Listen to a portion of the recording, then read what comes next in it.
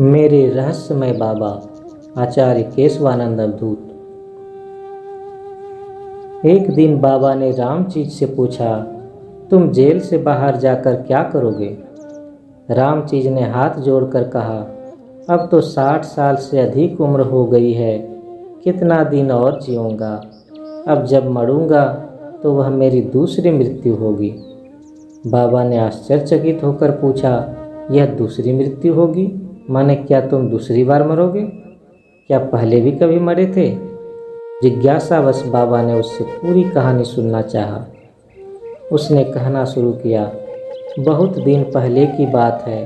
मुझे लगा कि मैं शरीर छोड़ रहा हूँ, मानो मेरे शरीर से कुछ बाहर निकल रहा है। जैसे लग रहा है मेरी मृत्यु हो रही है और मैं शरीर छोड़ रहा हूँ। घर वालों और गांव वालों को लगा कि मैं मर गया।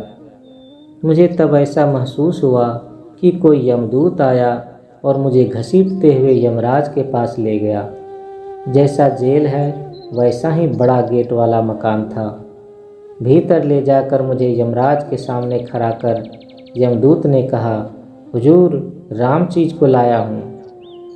एक किरानी बड़ा खाता खोलकर मेरा नाम और पता मिलाने लगा। थोड़ी देर बाद बोला, अरे तुम रामचीज रजवार को लाए? उसका तो अभी समय नहीं हुआ है, तुम्हें रामचीज अहीर को लाना था। जाओ जाओ, जल्दी से घर पहुंचा दो और उसी गांव के रामचीज अहीर को लाओ। यमराज यमदूत की नालायकी पर गुस्साए भी।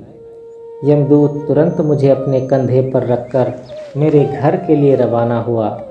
जब मुझे मेरे गांव में लाए और मेरे घर के पास आए तो मैं अपने शरीर में धीरे धीरे प्रवेश करने लगा। मेरी आंखों में रोशनी आई, मेरा हाथ पैर हिलने लगा।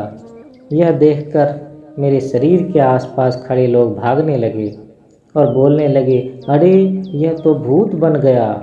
सभी तो यही समझ रहे थे कि मैं मर गया हूँ। मारो मारो। मैं धीरे धीरे बैठकर हाथ के इशारे से सबों को शांत होने को कहा और फिर मैंने कहा, नहीं भाई, मैं भूत नहीं हूँ, मैं वही रामचीज हूँ। वे लोग सुनकर लाठी लेकर थोड़ी दूरी पर खड़े हो गए।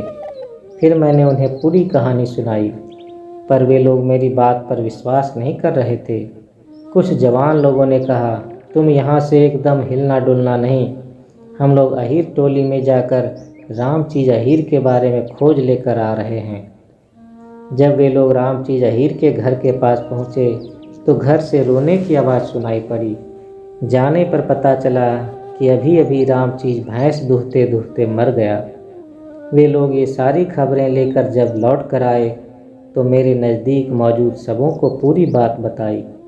लोगों ने तब मेरी बात पर विश्वास किया। मेरे बच्चे, मेरी पत्नी और संबंधी लोग मेरे पास आए। मैंने भी सबको ठीक से पहचान लिया और सब कुछ का बोध हो गया। फिर एक साथ पहले के जैसा सबों के साथ रहने लगा। बाबा सुनकर मुस्कुराए। जब मैंने बाबा से पूछा, यह कैसे हुआ? बाबा मुस्कुराते हुए कहने लगे, मैंने तो तुम्हें वही सुनाया जो रामचीज ने मुझे कहा था। परमपिता बाबा की जय।